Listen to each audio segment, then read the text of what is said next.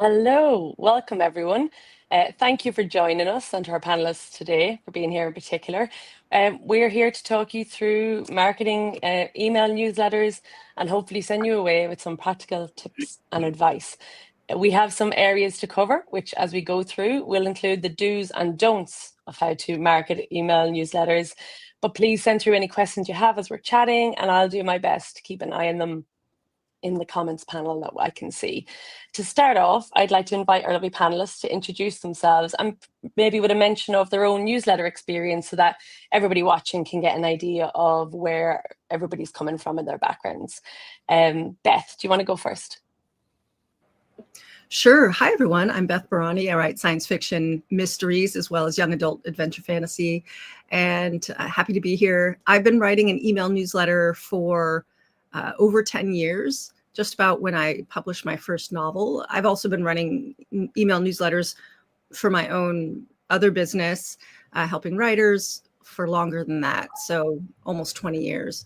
So I've been running newsletters for a really long time, and I really love marketing by email. I think it's just a wonderful way to go. Yeah, thanks. Constance, do you want to jump in? And apologies for my dog. Hi, I go by Constance online. I am fairly new to the author newsletter, definitely not 10 years. I actually only started my newsletter about a year ago when I published my first book. However, I have been working in the publishing industry as a freelancer full-time for over 10 years, and I have a newsletter that's been going there for close to 15, slowing down. So I do have quite a bit of experience on that, but from the author side, I'm still a little bit newer, so I'd be able to give a bit more perspective on that, how to start it up. Wolf, would you like to tell us about yourself? Yes, I've been doing newsletters for about 5 years now. I primarily write in the gamelit, cozy fantasy, and the gamelit, cozy fantasy, and light novel genres. Been doing this about 5 years now, incorporating the newsletters into that. Get to more later. Thank you. And Jessie? Yeah, I'm Jessie Quack. I write science fiction and also kind of mystery thrillers. I self-published my first novel in 2016, and that's, I think, when I started my fiction newsletter. And I have been running it ever since. I also have done a little bit of dabbling in Substack, and I've written a newsletter for kind of nonfiction as well. So I've run a few different newsletters off and on for 8-9 years now. Amazing. So like a really wide, vast length of experience that we'll be able to pull from today in the chat. And I realized I went straight to the panelists and didn't actually say my own name. So I am Caroline Lamb, and I am the publicity manager, and I work at Angry Robot Books, Sci-Fi, Fantasy, and WTF, as we like to say. And also our sister imprint, Datura, which covers crime fiction. Well, so somebody's praising you already, Wolf. So I think the best place to briefly start with is why newsletters. Social media is what everybody talks about, I think, in relation to how authors stay in touch with readers and connection. So in the age of social media, paid ads, all these other ways you can access people, why do you all individually think like email marketing is still such an effective tool for sales and awareness, and in particular also with authors? Jessie, do you want to come in on that? Yeah, I think one of the most powerful things about an email newsletter is that you actually can reach out to the customer directly. You own their data. You can see what they're doing. You can see what links people are clicking. You can see what links an individual person is clicking. Like, you can get really granular on what people like. I mean, I know if I do a newsletter swap with another author where I feature their book, I know that my readers will click on one kind of book, but not another kind of book. And so as I'm like thinking about what do I write next, I'm like, well, I know my readers won't click on these other kind of books. So I will kind of stay in this area where I know that they like, that sort of writing. Whereas with, a retailer, you have no idea where the traffic came from. You don't know what they bought next. I also sell books direct from my website. So I can even see like the read through of, okay, somebody bought book 1 on a Tuesday and then books 2 through 5 on Thursday. It's like, okay, that's great intel.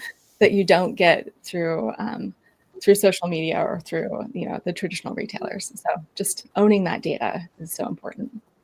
Yeah, it really is. Constance, how are you finding it? What appeals to you about newsletters? I think the main thing actually that appeals to me is because social media, it's so unstable.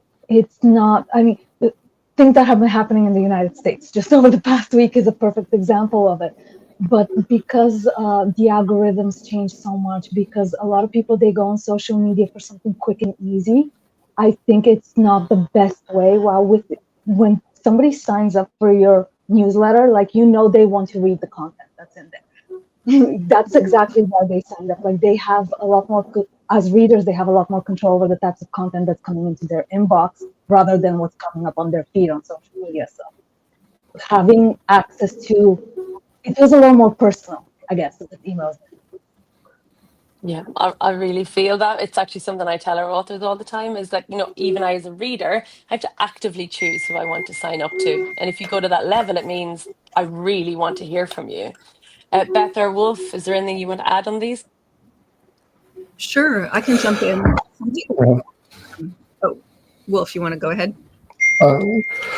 Yeah, one of the big things that I like about newsletters is basically using it as a funnel to other more personal tools. I try to get my fans, to sign up for my newsletter, and that's, they get the freebies, but it's really all pointing them towards a more personal point of contact, which is for me, Discord, where I interact directly in a permanent chat room with, fans. But it starts with that email sign up so that I can direct them to kind of like the place where they can see more behind the scenes. And unfortunately, as Constance mentioned, with the way social media is, you don't know what's going to happen to your followers at any point in time. I've had one book that has reached all my followers and it went viral and it was a bestseller. And then in the same month, released another book that, for whatever reason, did not trend at all on any algorithm and was a failed launch instead, even though one has hundreds to thousands of interactions and the other only had like 5. You can see in real time what happens when whatever factor throttles your reach. And I'd like to add to that. Similarly, I do a lot of polls on my newsletter, and I'm gifting them a surprise goodie. Often it's like the first in series. I have 3 different series, and I do my best to create interaction with my readers. So asking and rolling questions every single email, and also, along the lines of personal, I've recruited my beta readers and my street team from my email. I'm constantly asking for beta readers, especially now that I'm in edits for a novel. And I interact with them one-on-one through email by sending them my manuscript and getting their feedback. And I've had people who've read all my novels in early stages and are part of that and love being part of that. So that's really valuable to me. And if I had known about soliciting beta readers before I published, I would have done it. I had just relied on my critique groups, which was great, but that would have been a great excuse to start a newsletter before I published. It didn't occur to me at the time, and I was scrambling for beta readers with my first novel, just asking out in the world and actually sending individual emails to a few people that I knew, but weren't close to me, like my critique group. So beta readers, it's just been phenomenal support in the creative process. So similarly, not a Discord, but more like intimate one-on-one email interaction with people who have never met in person. Which I think in itself kind of shows, doesn't it, that I think a lot of people, and maybe some of the people watching here today, might think your newsletter is just an A to B, author selling something, reader receiving it, trying to buy something. And actually it's very layered. So within it, there's so many different ways in which you can make the content work for you and ways in which you can reach people, which is really lovely to see how you all interact with that. And I'm going to presume that perhaps people watching this are at different stages, like even we are here as panelists, and maybe talk briefly about what platforms you use and how to even set up your newsletter. I don't think we need to go too in depth into it, but I think maybe if you all want to just come in quickly on what platforms you use or how you set it up. Maybe there's some do's and don'ts in how to get set up and things you've learned along the way. Beth, would you like to tell us about that, please? Sure.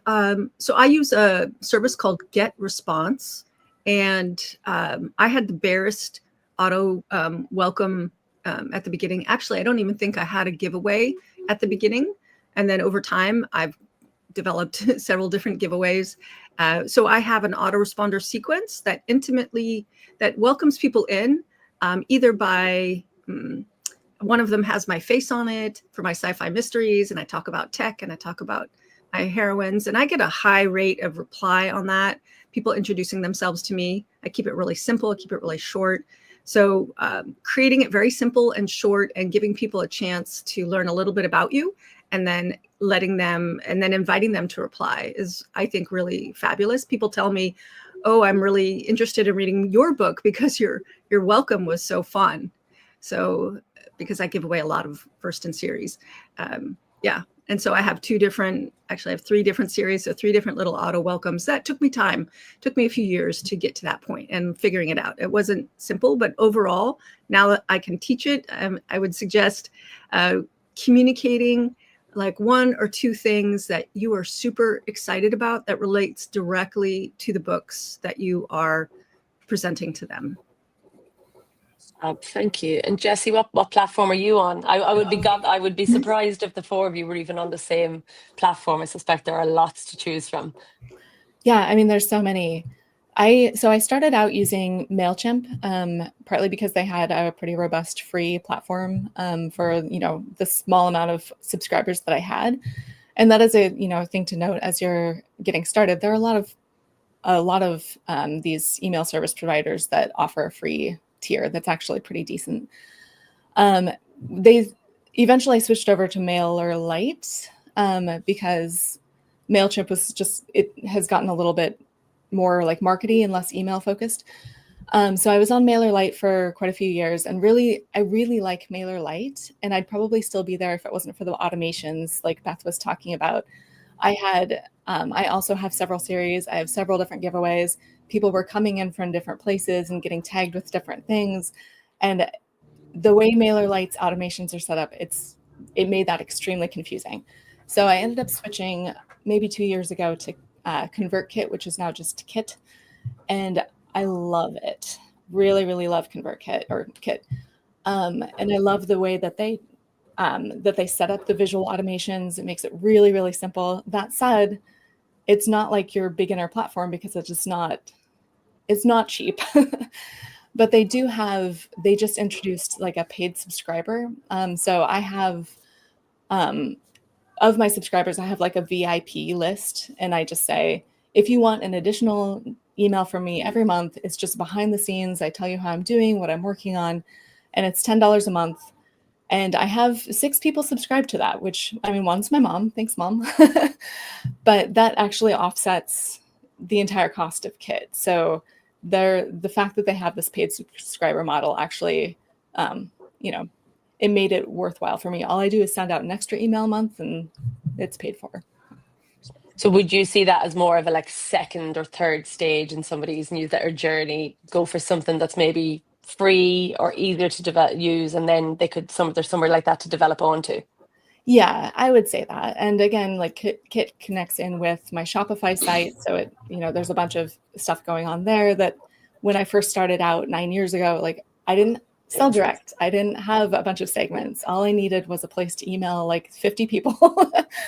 So yeah, you can definitely scale, and you can move from place to place. So don't get too hung up on where you're starting. Just find something with a decent free and maybe a really good important first do. Like if it's something that's on your mind, just do it. Just pick one and go, because you can always move along. You see that all the time. Even people on Instagram, they say, I want to set up an Instagram book account. How do I do it? And if they ever put those into question boxes to people who have set one up, they just go, just do it. Just start, and you will develop what it is you're trying to do and say, and in this case, how you do it. Constance, what is it you're using? So I actually use a Substack. And the main reason why I use it is because I love the fact that, to me, it feels like a combination of a newsletter and a blog. because every newsletter that gets sent out, it is still available on my Substack for people to read. Even people who hadn't signed up before and seen it, they can access it. And for me, that was actually especially important because at the moment I'm on break, but I was serializing fiction. So I was able to, one of the things I was able to do through Substack is both split up so I can send my regular updates, but for anybody specifically interested in the serialized fiction, they got extra emails so they could see it. Plus, on top of that, the chapters were all available as individual, technically blog articles for anybody to jump in at any point they wanted. So for me, that was the biggest sell. Although it does also have the same subscription idea as it was mentioned, and it is free. So that was huge, especially for somebody starting out with like minimal, you know, I mentioned it earlier actually when I signed up, like I like the spaghetti method. Like, you throw things at the wall until something sticks. And for me, Substacks, it stuck because it got me what I wanted for the experience that I have within author newsletters. So happy with it. Thanks. And Wolf? I started off too on MailChimp. At the time they had great marketing. If you were on Facebook at the time, you got weird advertisements for the mail crimp because they were trying to convince you to go ahead and like, oh, what is this? So started off there. It was a very good package at the time, but once you hit the subscriber countdown, it's like, okay, well now there's a $50 paywall in front of you, and it wasn't there yet. So at that point, I started looking into like, what do I do now? And I actually saw an advertisement in an author group for a VA, and so I hired a VA to help me. And I said, hey, I am basically illiterate when it comes to a mailing list. Tell me what I need to do. And so she was all like, here's what MailerLite right now is the one to go with. If you're wanting to do free giveaways, you're going to want BookSprout or BookFunnel. Get those set up and I'll handle a lot of your automations. But kind of moving forward, we're probably going to move away from a lot of that and go back towards Patreon specifically and try to do something more with that platform. And the reason that I say that is so Patreon, for those of watching, is kind of a way to support an author or a creator, and usually for advanced content or private content. And it's never a good model for somebody like me who didn't serialize just one thing, but had a lot of different series going on. Recently, I want to say in the last 4 or 5 months, they began offering free tiers so that if you had people that sign up, you can give them content without them paying, which kind of supersedes a lot of the point of the mailing list. And they still sign up with their email. So you still have their contact information. You still have ways to reach out for them. I didn't do that starting off because it was initially a paywall platform that's now not. So we're going to start moving into that. But I also think that in general, there's higher open rates and some other stuff within that ecosystem. So we're going to start to scale back the mailing letter and move into that a little bit and use the mailing letter mostly for just announcements for book releases and ARC opportunities, and try to move, like Constant was mentioning, like kind of, moving that all there, because that is basically acts also as a blog full time. Thank you so much. And I suppose if you're at no matter what stage you're at in setting it up, if you have your platform sorted, the next is getting people. So getting people to read it and to open up so that you can access your data like Jesse was talking about, or start getting people more involved in the different layers. So where did you go about starting with that? Like, how do you get that direct contact and connection with the readers that's so vital to run a successful newsletter? How did you go about building that list? Is it organic, strategic, a combination more than likely? Wolf, do you want to tell us how you started with the newsletter or the subscriber list and how you continue to develop that? So originally, I got started on web novel. It's where I was serializing originally on web novel. I know that nowadays people tend to start on Wattpad or Royal Road when they're first getting started, but I got started on web novel. And so the serialized fiction that I had on there, I actually had a link to my newsletter at the bottom, and said, just a shout out to any readers that, if you like my content and you want to support me, sign up for my newsletter here. And, were freebies, usually just shorts at the time, but some extra content, and kind of trickled in from there. It's just $5 a month for a while, and then it became more. And then, I put books out on Amazon, and at the end of every book is, here's my letter, here's my socials, sign up, like, come join me here. And there's always that call to action at basically the point of contact where a reader is having a good experience. Like, hey, if you want to interact with me, my newsletter, my Discord, my socials, that's where you find me. Like, sign up if you want more. But you got to have that call to action wherever you are having those interactions with readers. Yeah, and I think call to action buttons in general, and call to actions, if there was to be a do on your newsletter, which we can kind of touch on those later on, is definitely call to action, isn't it, on communication, what you're looking for in those. Jessie, how did you build up your list? Wolf already mentioned BookFunnel, and that is primarily where I built my list from. I had a free short story, I think, at first, and then a novella, and now I have several novellas and like a book first in series that I kind of cycle through BookFunnel promos. And those are essentially, you get together with other authors. Somebody will set up one of these promos, and it'll be like, great female heroines in science fiction. And you're like, awesome, I will throw my book in that. And so then you blast out this promo when it's live, and all the others in it also blast it out, and everybody's readers get in and scoop up all the free books and may or may not read them. But when they get the free book, they have to sign up for your newsletter. And so that's one of the major ways that I've grown my newsletter over the years, is through these BookFunnel swaps.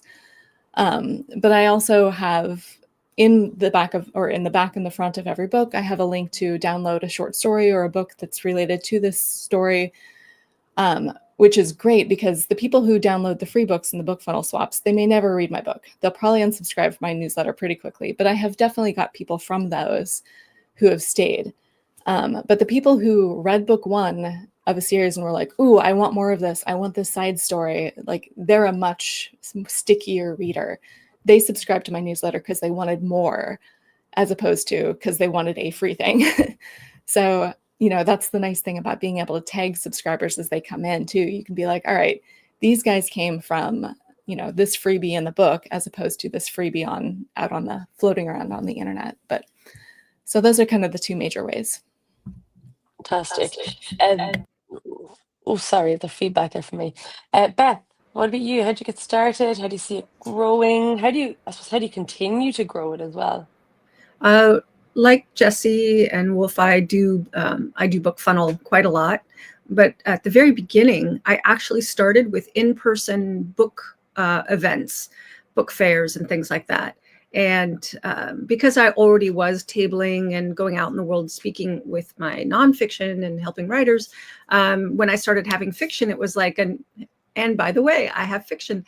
And I would have the piece of paper on the table and people could sign up for it. And I didn't even give away anything yet at the very beginning. And that was really fun because I got to watch people pick up my books, pick up the bookmarks, and have a direct interaction with them. And I literally, also my other business too, I started both of them in person, which was really quite wonderful. And then the other thing that I've done with getting new readers is to do direct one-on-one swaps with other authors. And these have mostly been with my friends, people that I know or one step removed. Oh, so-and-so would be a great fit for you, and then I know them online and they're a good friend with the other friend. And that has been really fun too, even if it's people who aren't directly in science fiction and fantasy, but sometimes dabble in the paranormal. Like I've had friends who write paranormal romance and things like that, or sci-fi romance, or urban fantasy with romance. And because they're my friends, they've said, hey, Beth's got a new book out. And that was especially useful when I switched from YA fantasy to sci-fi mystery. It was jumping into a new arena, and I wanted a more personal way to get the word out. So that was really lovely. I know BookFunnel also has a feature where you can do one-on-one swaps, which I've done with nonfiction, but I haven't quite done with fiction. I prefer the group things. And from as soon as I could, I realized I needed to be in targeted giveaways. Even before BookFunnel existed, I had a colleague who was doing targeted giveaways, and I would just jump on those. And that's how I found a lot of readers. And I'm sure there's some random readers. I do get random readers coming in through my social promotions, but they're very small compared to what I get through BookFunnel, and which I adore. And I've even started doing my own, sponsoring my own. I've done one so far, and I'm doing another one coming up. And I'll probably do that like quarterly, where I put up my own super niche up on BookFunnel. I think that's a really fun way to go as well. It really reminds me about getting blurbs or endorsements. It's that looking for people, even if they're friends in the same area, and you're hoping to both be lifted up a little bit, except in terms of newsletters. That's really, really interesting. Constance, how's your beginning going? So I've actually tried almost all of the methods mentioned, except BookFunnel. I haven't tried that one yet. And I think the ones, so I've tried like putting the link to the newsletter on my Royal Road, on my serial. I've tried contacting friends, swaps and everything. And so far, the two best methods that helped me grow, one of them is actually Discord servers. Because I'm part of quite a few Discord servers. As I mentioned, like I've been working in the publishing industry for a while, so I am a part of a lot of servers, not as an author, but as a designer on there. And sometimes we get to chatting. Oh, wait, so you're a designer, but you're also an author, or somebody else, same thing. And we make connections like that. And that's helped me quite a bit grow the newsletter, because I don't, honestly, I don't understand that one. I love it. I think it's just the connections between it, like, because it feels a lot more personal talking to somebody one-on-one on Discord and then getting that. But actually, about half of my newsletter at the moment actually came from, we did a giveaway package with a few friends. So there was 5 of us, 5 print books. And we're like, okay, we're going to send all 5 of those print books to one lucky winner. All you have to do is sign up to all of our newsletters to do it. And that I did not expect it to be as successful as it did. But yeah, I got half of my subscribers from that. And as far as I'm aware, only one person has unsubscribed from it that had ended up joining through that. So it's the same idea as, like, we're finding like-minded books. All of us were reaching out to our own individual audience with the other people's books. And it's always easier to market other people's books than your own, right? So it was very nice to say, hey, buy this person's book, but sign up on my newsletter in order to get this person's book, So Yeah. So, I mean, really, you're all 4 of you are talking about for practical first steps in setting up that engagement and community and continuing to grow it. It's also, it's not this island, it's being part of other communities, whether that's Discord, being out and about in person events like Beth was, using these platforms that are available to you, BookFunnel, buddying up with other people. So I think there's a lot there. And is that how you continue to grow it? You just continue to look at those, like you get some organic now as you get going, but then dropping back in again to do some buddying up or to run competitions. Yeah, you're all nodding. That's brilliant.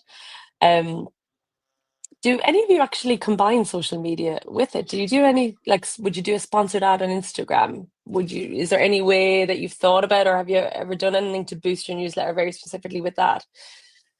I know, Beth, you said no straight away. Wolf? I haven't. Actually, let me rephrase that. I think I've tried it twice early on when I was trying to grow, and it was just an endless cash burn that I cut off, and I've never looked back on it. I will say, as a best practice for me, a lot of times when I do free serialization, I will put a massive Genius link that kind of links to all of my stuff, where signing up to follow me, join my list is kind of one of the highest links. But I will put that on the top of any chapter in a free site that I offer. So basically anything you put up online for free to read is going to end up on other sites that get aggregated, stolen. It just is the nature of the beast. And if you don't put your links within the body of the chapter itself, no one else is going to see your own marketing to try to get your fans back to you. So just if anyone at home was watching, that is something to consider. If you have links that you're trying to direct people to, still include it in the body of the chapter that you are uploading, not in the author notes, not in the forward notes, but in the actual body of the chapter itself. Fantastic, thank you. I'm looking at, so, you know, you've got your platform, you figured out how to get your readers, you've got your subscriber list. Talk us through the practicalities of, you know, the actual logistics of sending those emails. I presume there's going to be a lot of do's and don'ts within this area. You're looking at frequency of emails, the length, what you're offering. How do you balance the content between what's there to hook somebody in and actually what you want, which presumably in a large sense is going to be those book sales, whether, Jesse, it's direct from your website or it's going to a bookshop. What do you bear in mind? What are your best strategies that you have as authors to use this email marketing to get around all those, like what you have front and foremost in your head? And then also bearing in mind, as you've all kind of all alluded to, these feel like relationships and that you want to nurture them. So if you want to look at the logistics first, what do you individually think is best practice for frequency, content, what you're looking for, your subject lines, all those little intricate parts of it that are so valuable. Constance, do you want to tell us how you approach it? So for me personally, I think the main thing that I would say in regards to the content of the newsletter is don't just sell. Like anytime I get a newsletter that's like, or repeated newsletter that's telling me buy this book, buy this book, buy this book, buy this book, I don't, if I didn't get it the first time, I doubt I'm going to get it by the 10th time. I'm an impulse shopper personally. So that's why I like the idea of newsletters having other content rather than just that, whether it's throwing some personal stuff, some behind the scenes as an author, how you're doing it. As I mentioned, like I'm an artist as well. So like sometimes I'll throw in some art stuff in there, like just to give people something more than, hey, you're here to buy my stuff. Like I don't want my emails to be like that. And when it comes to frequency, I've been playing a lot with that. But I think the biggest thing when it comes to it wouldn't be so much frequency as much as consistency, because I'm not a fan of when I sign up for a newsletter and you get that automated first email, that says, hey, welcome to my newsletter. And then a year later, I'll get an email, oh, by the way, you signed up for my newsletter. And I'm like, I don't remember who you are anymore. Like, I don't know why I signed up. Like, 90% of the time I automatically unsubscribe in that case because I don't know who that person is anymore. So whatever, like my suggestion is keep it consistent, whether it's once a month, whether it's only when you launch a book or whatever, as long as it's something that readers they can expect. They're not surprised out of nowhere that this is coming type of thing. And you let them know as well. Like, I think that that's one of the logistics, like on a practical note that I would say is in that first automated email that comes in, tell them, hey, emails will be coming in at this and this time, or, the emails that you signed up for will be about this and this, and then deliver on what you've told people. Otherwise, it feels a little bit like, again, go back to that whole idea of you're just reading this in order to buy my stuff, which that's not why I'm reading the newsletter. I'm reading it for the news, so, and this is from a personal basis in regards to that, both for the newsletters that I read and what I'm trying to do with my own. Yeah, I was literally thinking of my favorite author newsletters, two being Shauna Lawless and V.E. Schwab, and they do just that. I always know what is going to be in them. I feel like they give me behind the scenes. Also, they use them to tell us where they're going to be in person, which is really nice. But it's that you feel like you're seeing behind the curtain and keeping up to date with everything, and it's consistently done. Beth, what about you?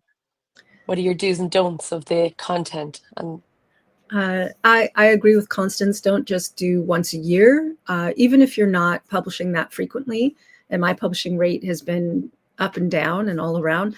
I would recommend monthly. And I was monthly for a long time. And just in the last 3 or 4 months, I went back to weekly. I've done weekly in the past as well, because it's a good discipline for me. Also, it keeps me honest. It's part of my support system, actually, and keeping myself on track. And I actually did a poll a few months ago asking people what kind of content they wanted to see, because I felt a little bit lost in that arena. And I already did kind of a 1 to 2 sentence, this is where I'm at kind of thing, keeping in the tone of my books, because I like it when writers, when authors that I follow give me a tiny snippet of their personal life, even if it's 1 sentence or 2 sentences.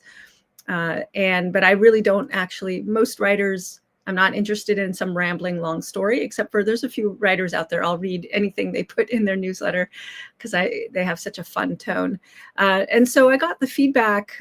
So I do a little sale highlight on the book giveaways I'm part of, those freebie giveaways through BookFunnel. I do a little did you know section, a fun fact. And this is based on my own research, because I'm constantly researching for my science fiction. And so I keep track of everything that I save from the internet, and I just scan through it and pick something I think would be really interesting. I also ask questions. So when I'm exploring some area in research, I've asked a question, and sometimes I'll get a response, people's feedback, their ideas. And there's one topic in particular that people were very responsive to. So I think I might go back to that particular question. And then I also do a little book update. So since I'm in editing and that takes a long time, I'm now at the beta reader stage. I explain, oh, I shipped chapters 5 and 6 off to the beta readers, or, hey, I brought it to the critique group and I hope they like it. So just really, really short. And then because I'm also involved in other creative projects, I'm making a short film. Occasionally I'll mention that. I think that's about it. Every once in a while, some new idea. Oh, a poll. I'm doing basically monthly polls. So I'll run the poll for a month, and that will be in the newsletter, because I know not everybody is opening the newsletter. I have a 20 to 30% open rate. So that's the other reason why I send weekly, is because I know that not everybody is going to open my email every week. And I think that's it. And I'm always kind of scanning for what else would be fun to put in my newsletter. I also put in there helpful. Oh, I'm now committed to writing a blog post every week for SEO purposes. And I'm putting that up on my website, but then I mention it in the newsletter as well. And I'm also marketing that blog post out in the world. And it's based on interaction that I have with people, whether they're on my newsletter list or whether they're out in the world. They asked me a question that relates to my fiction. Like recently it was, how did you get into writing science fiction? So I'm like, blog post idea. So I wrote a pretty big blog post, referencing all these authors and TV shows and movies that influenced me. So I'm experimenting with things, and I've taken the advice of so I'm friends with and also get the newsletter of Gail Carriger, and she's got all these sections in her newsletter, and she explained it once, like, you're going to have your readers who just want the free stuff, the readers who want to hear from you a lot, the readers who want the premium stuff. So I'm just playing with that in my newsletter, and I haven't gone the route of the VIP subscriber, but like what you're doing, Jesse, but I love that idea. So I'm daydreaming, okay, what would be the VIP content that I don't give to other people? And that might be early works in progress, because I never share my content at the early stages unless you're a beta reader, a critique partner, that kind of thing. So anyway, so that's what I'm doing. I love that you, as you said, you have such a wealth of experience in it, and actually have got an idea already from this panel, but even thinking about, well, actually where are the areas I can still continue to grow and change and develop it further. Wolf, what do you look at when you're looking at your newsletter? What's your frequency like? Content, do you sketch it out first? did anybody plan ahead as well? Do you plan further down the line, or plotter or pantser for your newsletter? A lot of it has just been pantsing. I do about a weekly newsletter. I am not as good with it as I should be. And by that, I mean quality-wise. Sometimes my readers don't get what they deserve from me. I have to admit that. Just with the frequency, I've noticed that sometimes I'm not they're not getting a good email often. Now, this is more over the winter. And, I usually update my readers that, hey, I've got kids at home now. It's the holidays. If, kids on vacation, I'm going to keep this a lot more simpler, but here's what's going on. Here's the releases you could expect from me this month. Here's what our goal is for next month. Have a great time out there. So, depending on the time of the year, I try to keep them involved in at least knowing what my timelines are and kind of what's going on personally. to kind of inform them on when the next book that they're looking for is coming out. When time is not an issue, I try to separate into two different categories. The release email, which is literally just the marketing, just the buy. I really try not to mix buy my book with here's a picture of my dog, because it feels disingenuous to me. I'm not sure if other people feel that way, but it to me feels, I don't like that kind of stuff. So when I go with the marketing email, it is just the marketing. So I try to keep that very separate. But for the overall email itself, if there is something I want to tell them about or a book I want them to chill out, I try to do the hourglass format, where you open up with kind of a wider topic that is something that's going on recently. It could be something in the news, something that happened personally, or even just kind of a breakthrough in a story that you want to share. And then you parse it down in the middle to kind of that call to action that you're hoping that your reader gets to.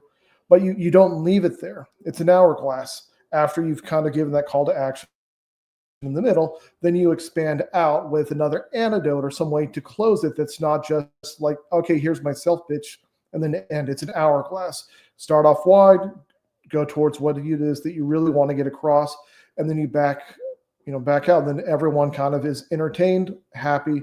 And I really tried to keep to that, but it's really time dependent, because it takes more time and energy to actually craft it that way versus kind of some of the blunter stuff. But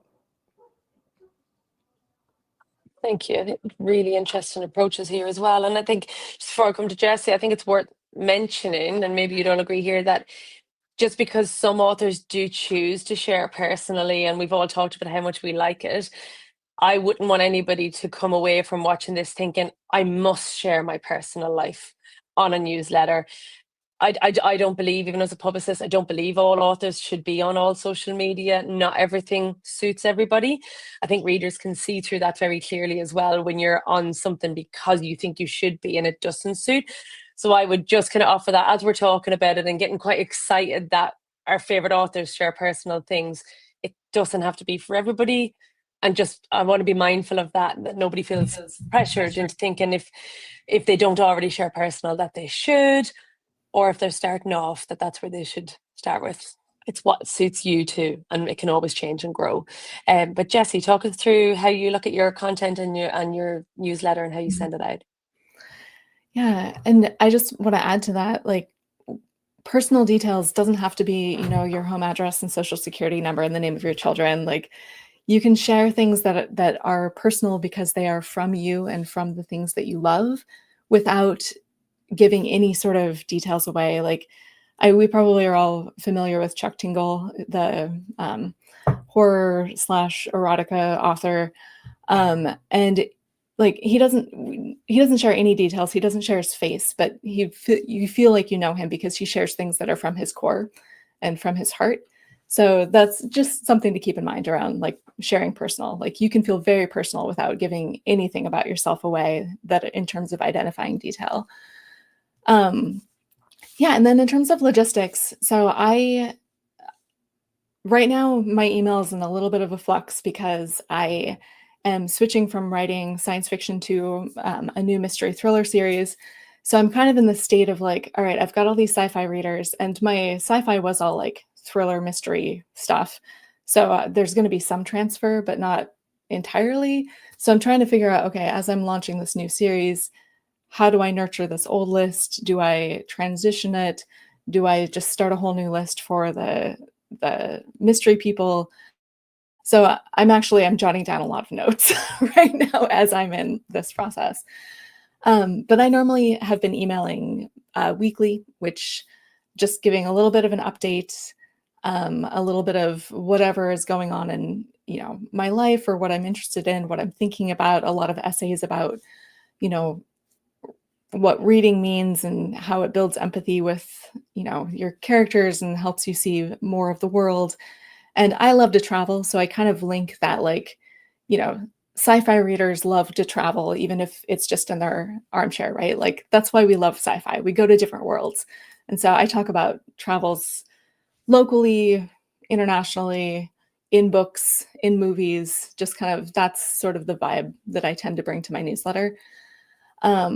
And my rule of thumb in terms of selling is I I try to only have one sales email per month. So basically, out of every 4 emails I write, 3 of them are just like writing essays, talking to my readers, sharing other books that I've enjoyed that I think they might like. And then one of them is like, has a more concrete tie to whatever I'm writing and, you know, selling a book that I'm writing. And like Wolf mentioned with kind of not wanting to cross the streams of marketing and sharing dog pictures, when I have a launch, it is just, hey, the book's here. Here's where to buy the book. I'm not writing a long essay about it. We've already talked about the book getting up to this point, but once it's here, it's like 3-sentence email. Here's all the links. Go get it. Enjoy. But yeah, so trying to sell less than I give, I guess. And Wolf, I love that hourglass metaphor. That's a great one. So I'm absolutely, I've written that down as well. We're all learning here. That's all fabulous. Thank you. So it's like the consistency is key, making sure it has a point to it, whether it's the hourglass figure that we're all now going to think about.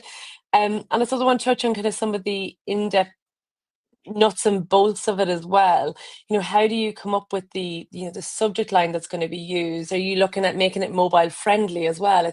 I presume most people are using, you know, their phones to look at these things, and also accessibility. I think if anybody was looking at setting up a newsletter, to go from the beginning and making sure you're using alt text.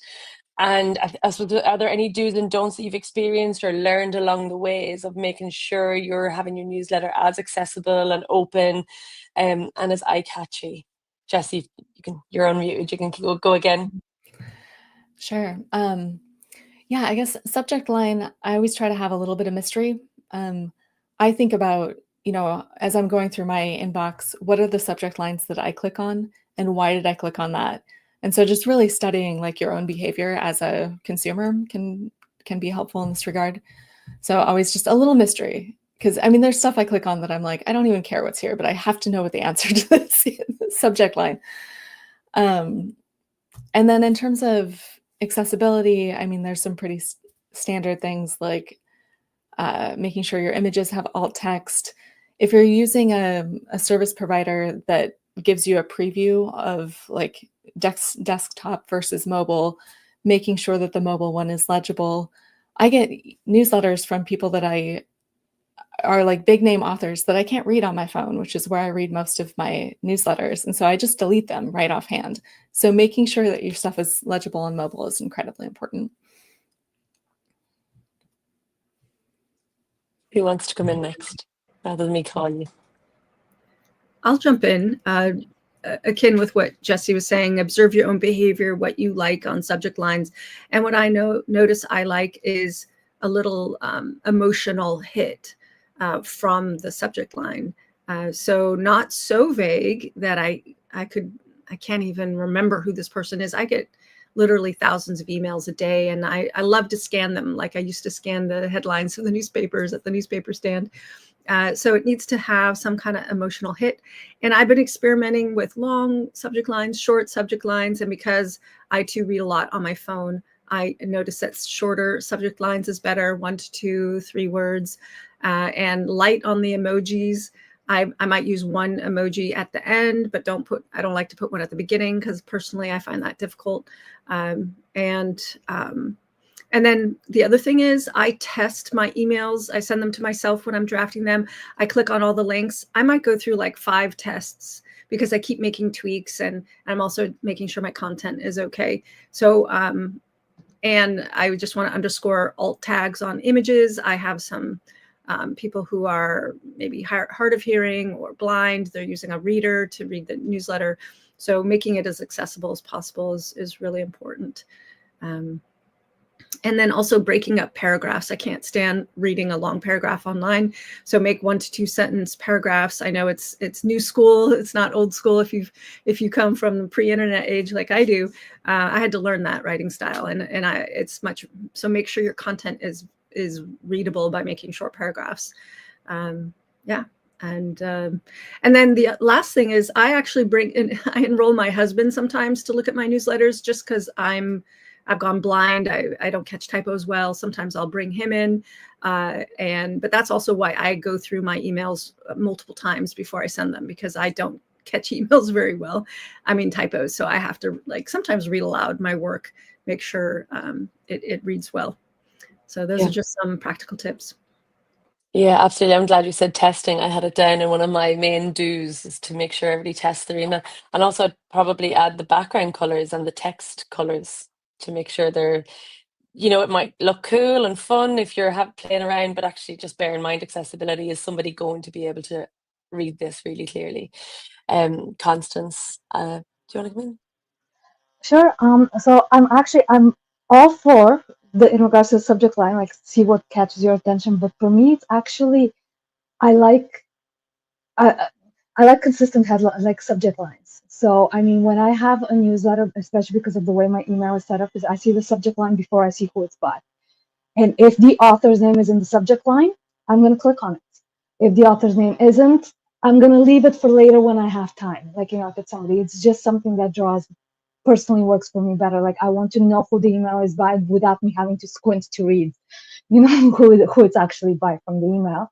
So that's why, like, one of the things I do is, so my own email that I sent it out every 2 weeks. Every single one of them is update number, whatever the next number is, by Constance, because it's a regular update. It's not going to be that bit different of an email from the rest of the emails that you've received from me. Like, I mean, I love the hourglass like described earlier, but for example, like one of the things I do in all of my emails that aren't marketing is I have a little like 3 TBR, like 3 books from my TBR that I add at the end of the email. I'm going to include that as part of my updates, but I'm not going to include that as part of the email with the subject line, hey, the book is live, because it's not related to that. But for the accessibility, for that one, yes, on the images, yes, on double checking. That's one of the reasons why I actually usually write my newsletter minimum 3 or 4 days before it actually goes out. So I write it, I just blurt whatever I have up, then I forget about it, and then usually the day of I remember, oh, this is supposed to go out now. I go back and double check it if it still makes sense. But the whole idea of emails that are filled with so many images that on a mobile phone I have to scroll sideways, it's very hard for me. It's not user friendly. The fact that I can't, and I read most on my phone, but the fact that I can't turn an email into dark mode, like the automatic function, for me, that actually makes me unsubscribe more often than pretty much anything else, because it's inaccessible. It's very hard for me to read emails on a live thing. So I know it's, and as we were saying earlier, like the tags for the images, if there are images, make sure to describe what those images are for. Like, as I mentioned, so I do a little banner at the bottom of my emails of the covers of 3 books, but it's never just that. Underneath that, I have bullet points of this is the title of the book, this is who it's by, this is like part of the blurb of that book. So even if somebody can't see the image for any reason, they can at least get information about that. And same with any other. I do put cat pictures in all of my emails for sure, because I can't help myself with that. But again, even those cat images, like I do have some type of tagline as to why is this cat image important to this email type of thing, But one of the things I was going to say, and this is actually one of my personal biggest don'ts, is I really dislike emails where I open the email and all I see is an image that says, click here to go read my newsletter. Like, I read 90% of the newsletters I get on my phone. And if I have to, I've opened up the mail app. Now you're asking me to go open up the browser, wait for that to load. I feel like the author is making me jump through too many hoops in order to get to the content that I want, type of thing. So it's like, give me what I want right away and give it to me clean, like as short paragraphs, a few sentences, space in between. Yeah, I think you should view it as the reader has already done the signing up, haven't they? They've already done the bit. You've gotten them across the hurdle. They've signed up. Just keep them interested. Giving it to them straight right in front of them, and not lose that interest. I would probably unsubscribe immediately if somebody asked me to do something after I've already gone through the ticking of the boxes and putting in my email. So firmly agree with you. I have to admit though, there is one author who does that, but I still do. I haven't unsubscribed because they do a little, this is what this link is about. So it's not just the picture, but Okay. it's like, so here's the picture, and it's like, if you want to learn more about blah, blah, blah, Mhm. click and go to it. So I'm like, okay, that I get, because it's like a little summary. But when it's literally, I open my email and all I see is go read the newsletter here, it's like, no, thank you. Yeah. And I think it's all really interesting. Oh, sorry, go, Josie. Oh, I just wanted to make a real quick plug. I haven't been able to get in the chat, but I wanted to say on accessibility, Content for Everyone by Jeff Adams is a really great book aimed specifically at authors on just making all of your online content accessible. So that's Content for Everyone. That's great. Thank you. May I jump in? I have a don't for your newsletter, which I've seen in all kinds of newsletters, not just from authors, which is because I get so many emails from so many people and I'm a bit of a news junkie. When I open a newsletter, I want to know exactly what it is that you do right away. People will write friendly emails as if I already know who they are. But if I get so many emails, I forget. So if there's a headline at the top or just a phrase that tells me I write this kind of book or I do this kind of thing, then I'm like, oh, right. Yes, that's right. That's why I have this newsletter, because I like this thing. So that's something that I really recommend people do. Even though people get my newsletter weekly, I still need to remind them. Oh, you've frozen for me, Beth. Can anybody hear me? Yeah, okay.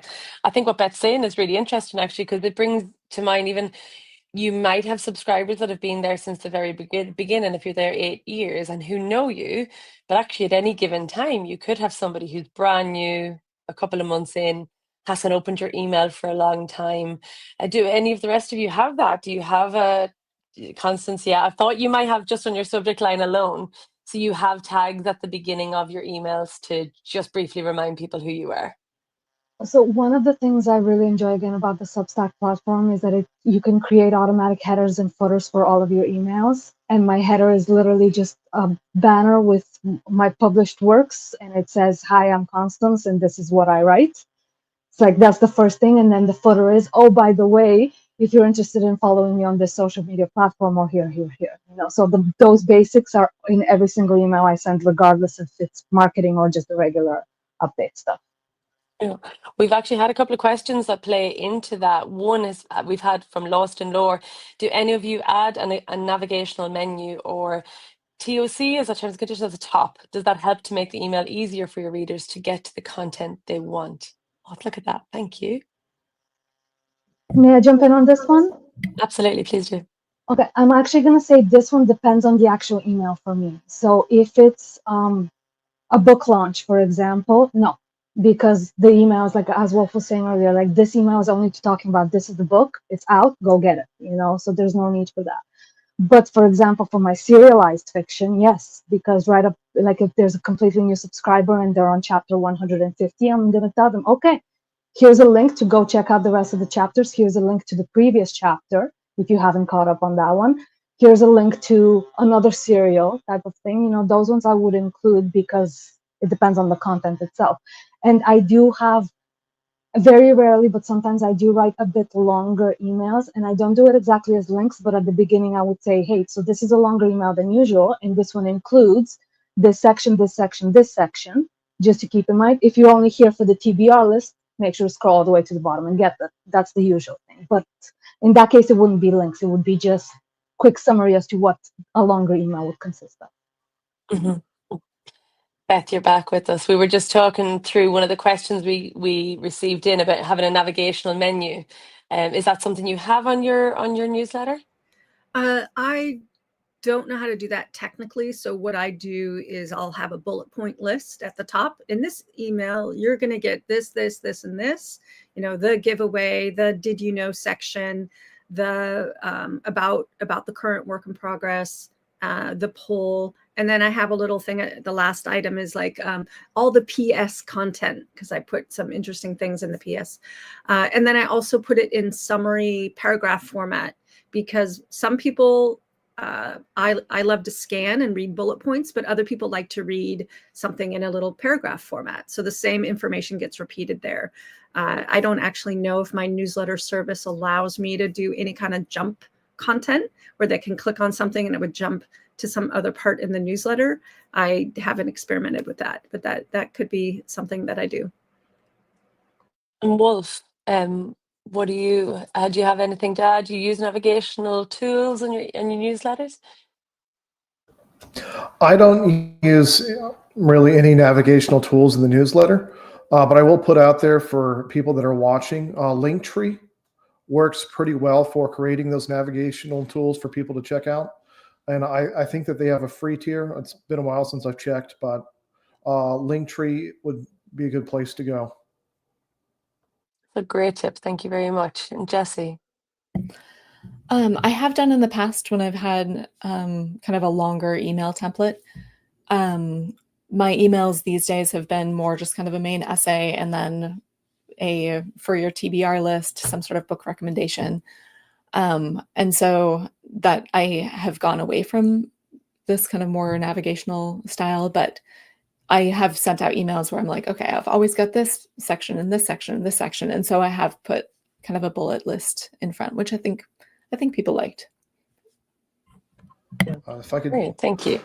Sorry, go Wolf. Yeah. If I could just jump in real quick. One thing that I do with my newsletters, and this is not often, probably twice a year or so, is to just do one newsletter that kind of reminds people of what it is that you have written to date.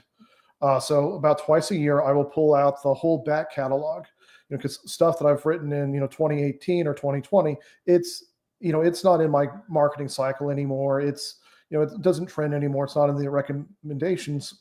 But if I don't put it out there in front of people, they're not going to know that it's there. So about twice a year or so, I'll draft a master email that basically has, a book one of every series. Say, there's this many books, it's done series. This is what it's about. And these are the people that tend to really like it, just to get that back behind readers. Because like you said, there will be people that haven't been there with you from the get-go. And it may be the first time that they ever know that you wrote something else besides the story or the content that originally drew them to check your stuff out to begin with. Yeah, really great point. Thank you. A couple more nuts and bolts kind of questions to look at, and then I see we've had more questions in the chat as well. So we can go to that. I think it's already been mentioned about the accessing the data and the open rates and everything. What's the best way to use that data? Like if you're new to it, or even if you've been doing it a while, you can see it. Like, what's the story it tells you? How do you change what you're doing based on how you see the open rates versus click-through rates? What can that information give you, and how can you best use it? I appreciate it's probably going to be different for every single person and how much you want to let it lead what you do. But Constance, like, what can Substack give you on that level, and what do you want to do with that information? So Substack does give me open rates, click-through rates, like it does give me that information. Personally, I'm a huge fan of the 3-month rule, that I do not make any changes within 3 months. So like whatever I'm doing right now. So as I mentioned, I currently have my newsletter out every other week, but before I used to have it weekly. And I kept it for weekly for a while, and then I dropped it down to 2 weeks, and I decided, okay, no matter what, it's going to stay at 2 weeks for 3 months to check how my opening rates are, like my open rates are, my click-through rates. The main changes that I've done so far that I've noticed is it's the emails outside of my regular updates. So like I have my regular that I mentioned, like update number, whatever. Those ones I haven't made any major changes to, but when my novella came out, my email subject line was announcement, it's out, and I got like maybe 10% open rates.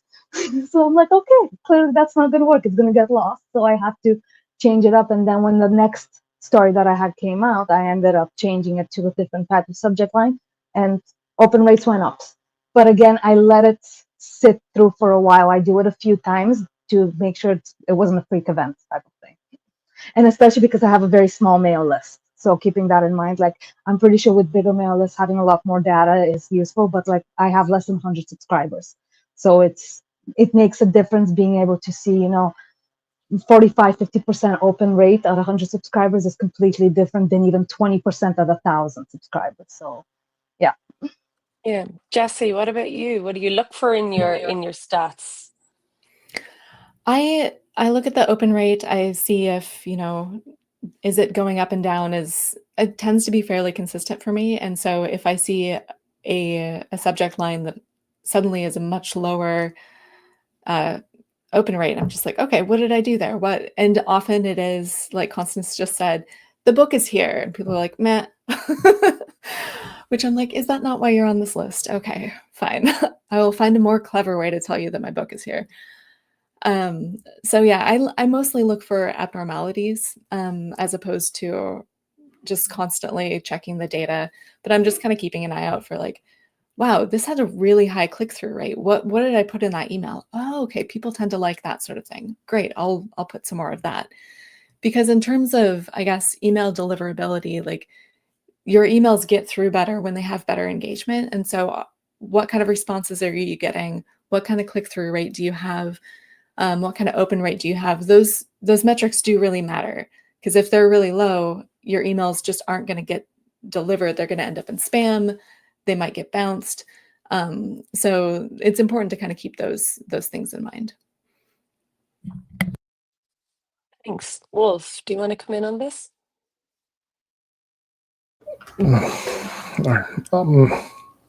Sorry, I'm completely blanked out for a second. Oh my. I was muted. We were just talking about the details of it, the nuts and bolts within the stats. Like, what is it you're looking for? All right, gotcha. Sorry.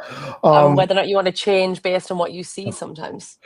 So sometimes I think that I have a really great idea, and it's not. I'll use an example. I thought Monday Madness was a great idea for like a newsletter, and I think that when I did that, I was like 30 or 40 spam complaints, and not many people opened it.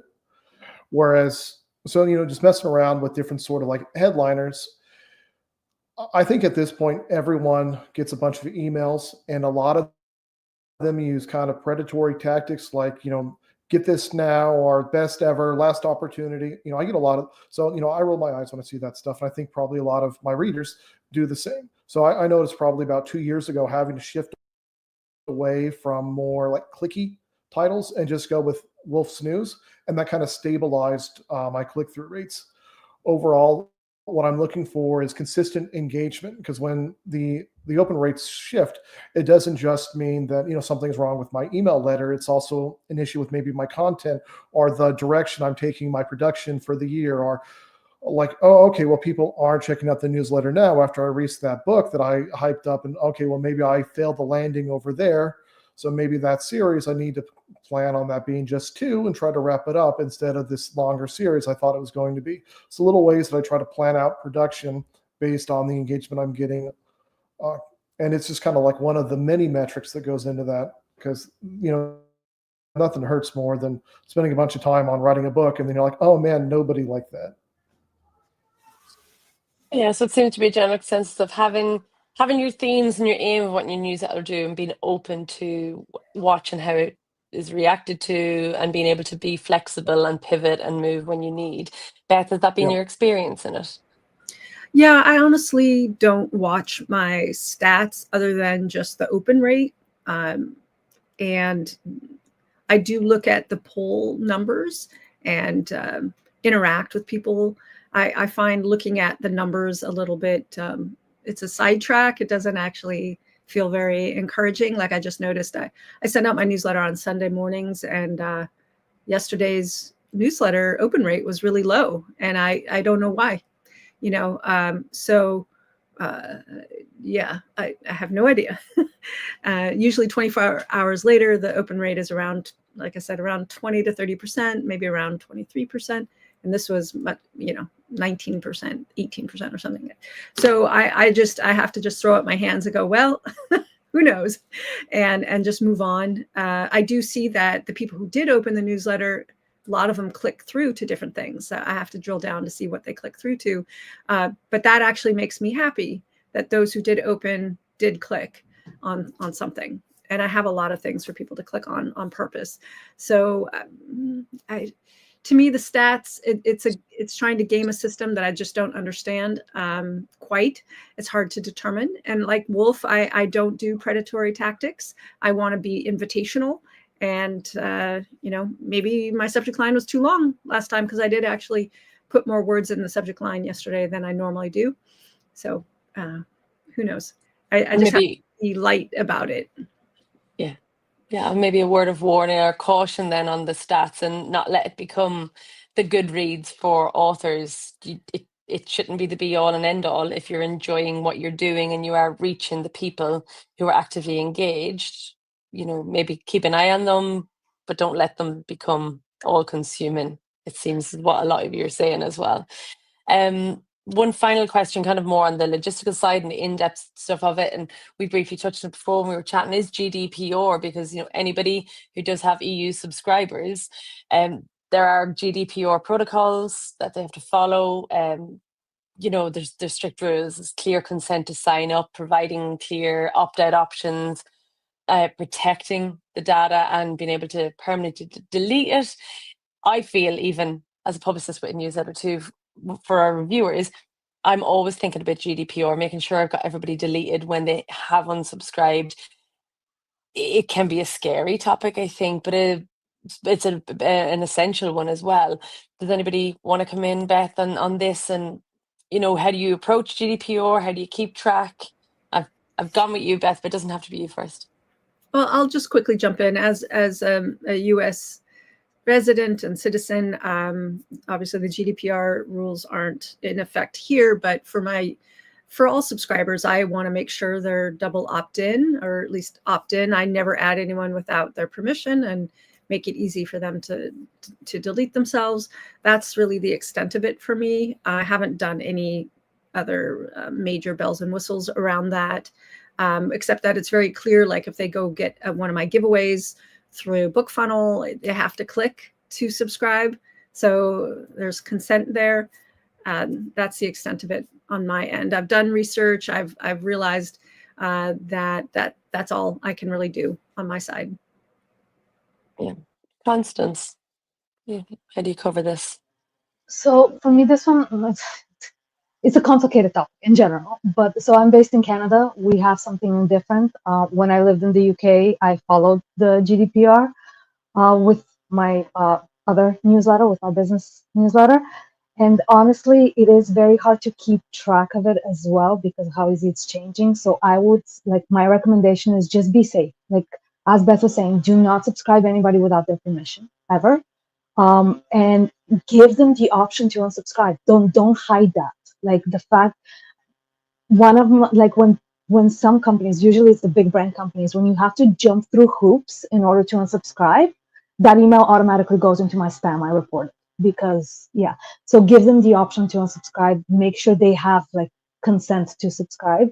And when it comes to the data collection, I think that one is much trickier, because at the end of the day, it's not actually, obviously we have access to it, but it's not actually us that has the data as much as whatever email provider we're using.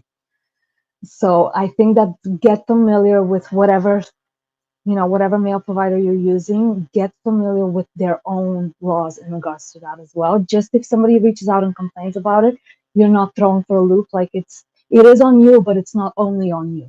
Just something I would suggest. Yeah, some really good advice. Be as informed as you can. Jessie, do you have anything to add there?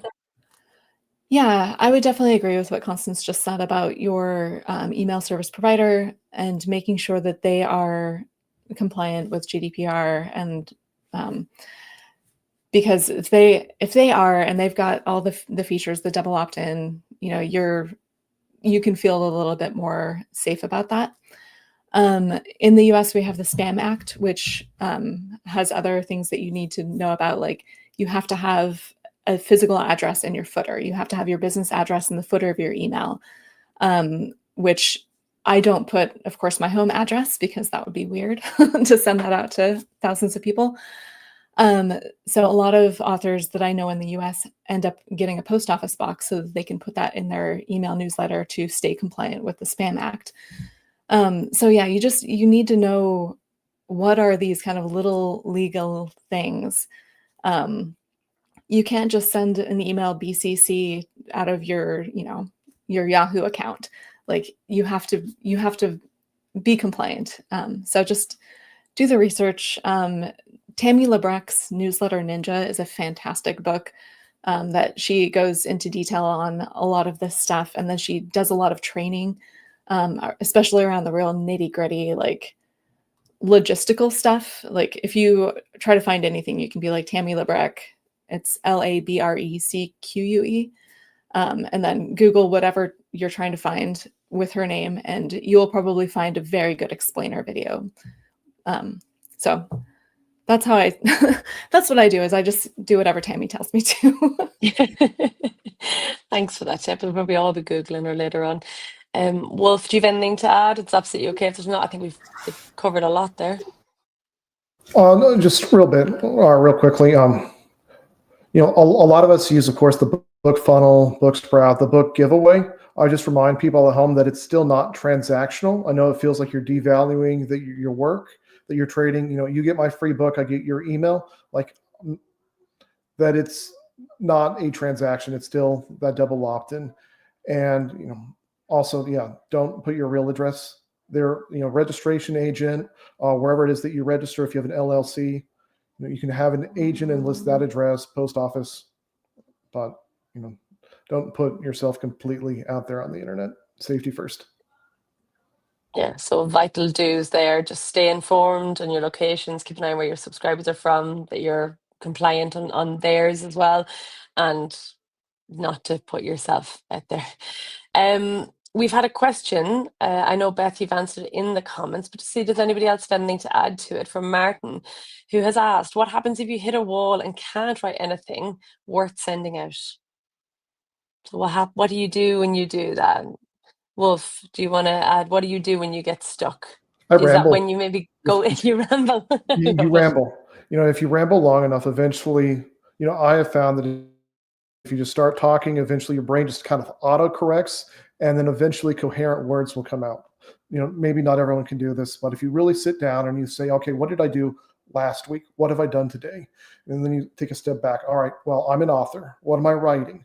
And in my case, I tend to write a lot of stuff with older men protagonists that are living comfortable lives in their old age in a kind of a fantasy setting. So I will try to connect that. Okay, what have I done recently that is comfortable, fits my genre, subgenre that my readers like?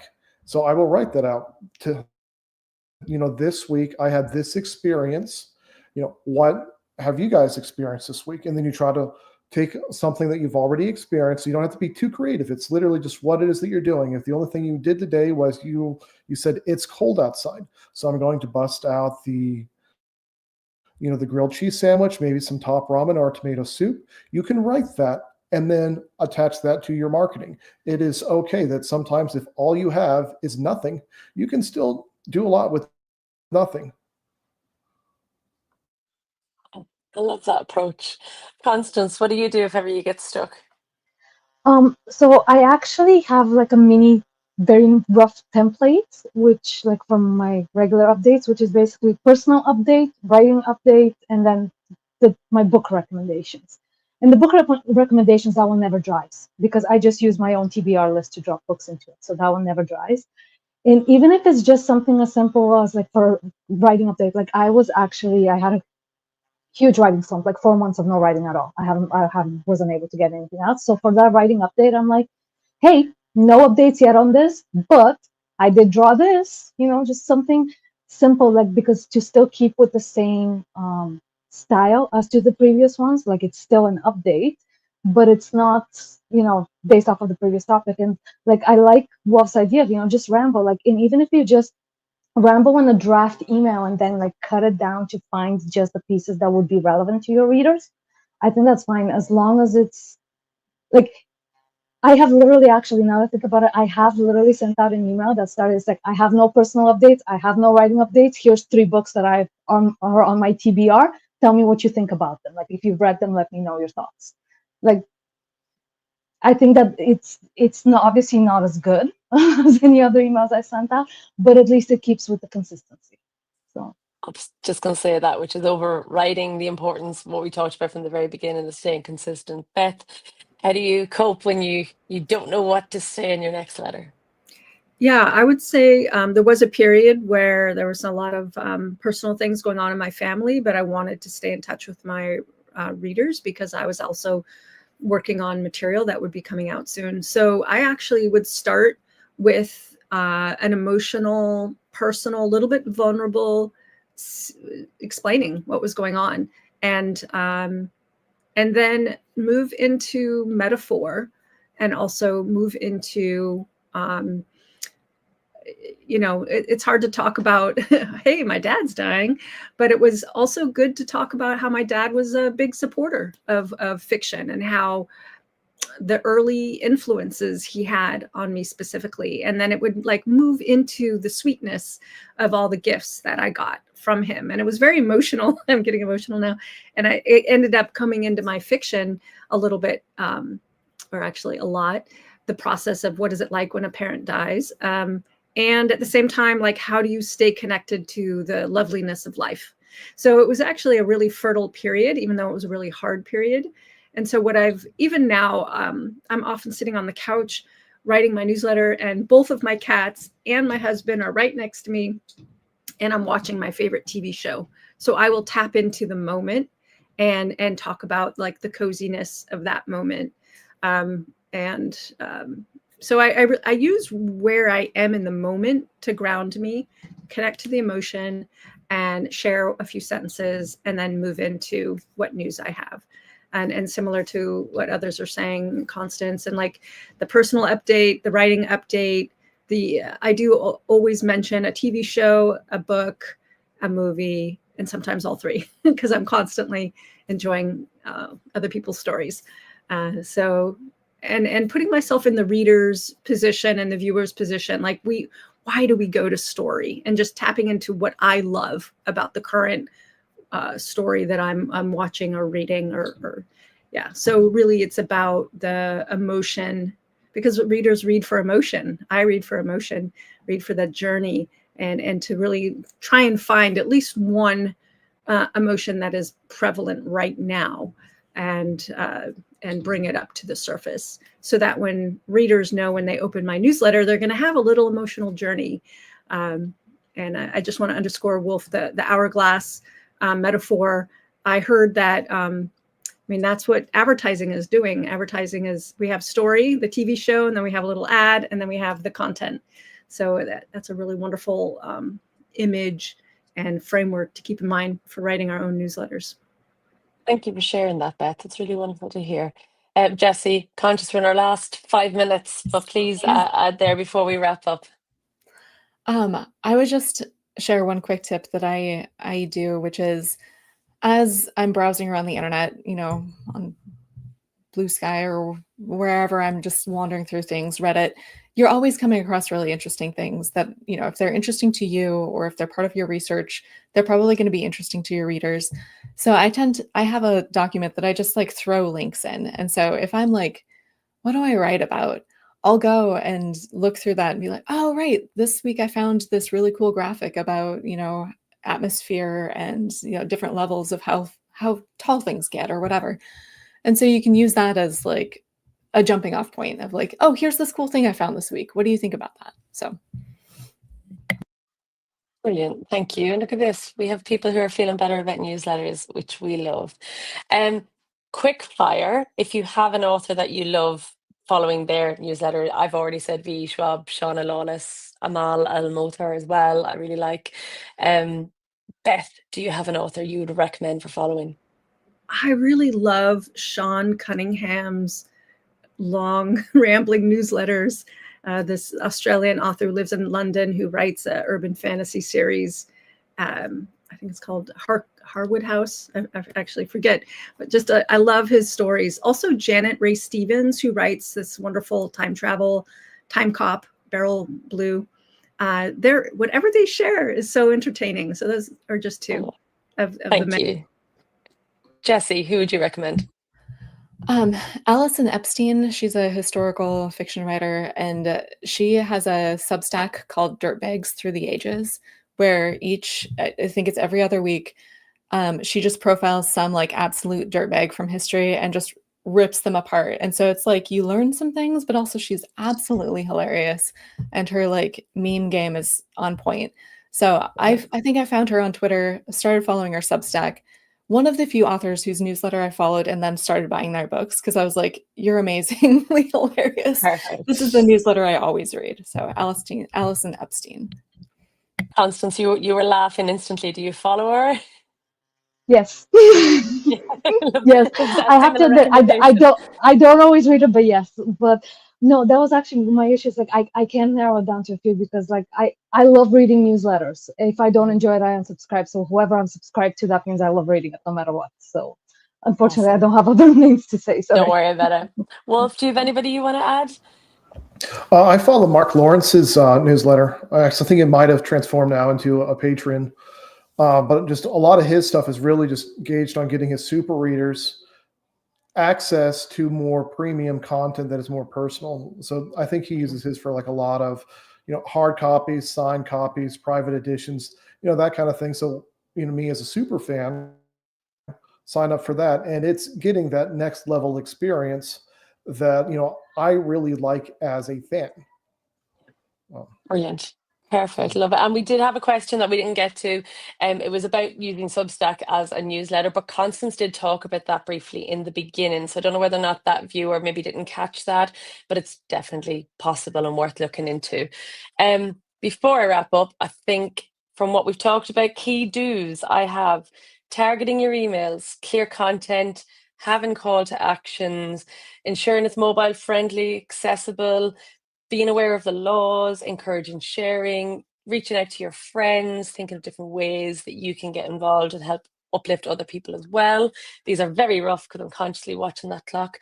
And the key don'ts, not being vague. Don't forget to test. Don't ignore the metrics, but also don't put everything into them. And it's a lot of it is about finding your own voice and your way. And as we talk about other newsletters, I'm going to highly recommend these 4 people who've given up their time and signing up to their newsletters. I'm sure we can add them into comments at the end of the chat. We do have a couple of minutes if you want to direct people one by one to your website and to your newsletter. I'm going to go front of my screen, which is Constance. Do you want to direct people where to go to find you? Oh, you're still muted. Thank you. Thank you. So I'm on Substack under Constance K. Constance is with a K as well. So constancek.substack.com. The end. And Wolf?